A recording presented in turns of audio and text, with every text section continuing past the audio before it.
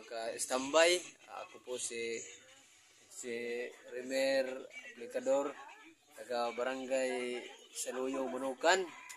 Ito po ang aking first vlog. First vlog po ito na pamamagat na TikTok It. TikTok It. Ito po ang aming maliit na bahay.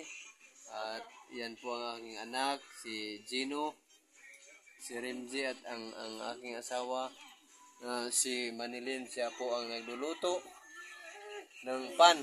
Ito lang po ang aming panghanap buhay araw-araw. Pag wala pong tinda kasi walang pasok katulad ngayon, ito kami nagtinda po kami ng pan po ang tawag niyan. 5 piso lang po iyan. Kung pwede naman po kayong umorder sa mga nakikinig nito. At first time po namin itong binablog kasi wala kasing tinda namin ngayon sa side sa palengke kasi may pwesto kami na kayang kantin na maliit. So sa mga nakakita nito, paki-like lang po kasi bago lang po itong vlog ko at ngayon pa lang po ako nag-umpisa. Sana sa mga tao na marami ng pera o sikat na sila, pwede naman po kami tulungan para umunlad po ang aming ninegosyo nitong panpan. Kasi mayroon naman po kaming maliit na tindahan. At ito po ang asawa ko nagluluto. Nagluluto po siya ng pan araw-araw. At ito ang maliit naming kusina. Yan. At dyan po kami magluluto.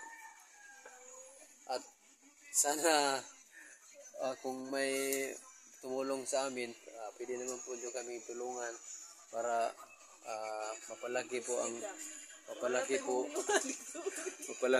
aming negosyo. At ang vlog ko po ay ito pala ay Tik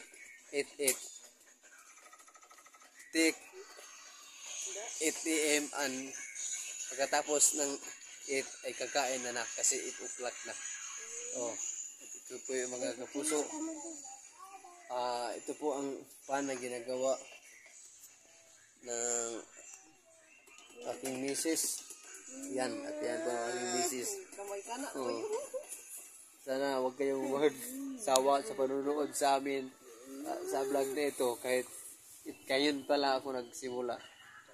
At yan po ang aming anak. Yung isa wala dito kasi pumunta sa kabilang bahay. At ito na lang po mga ka-standby. At sa susunod na vlog namin, sana masuportahan mo kami para magkapira naman po kami para sa aming pong maliliit na negosyo. Kasi wala na kasi kaming pantawid Wala na kasi kami binibigyan kung ito lang magluluto lang ng gulay ay mayaman na pala.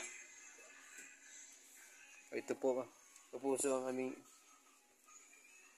aming kusina at saka yan po.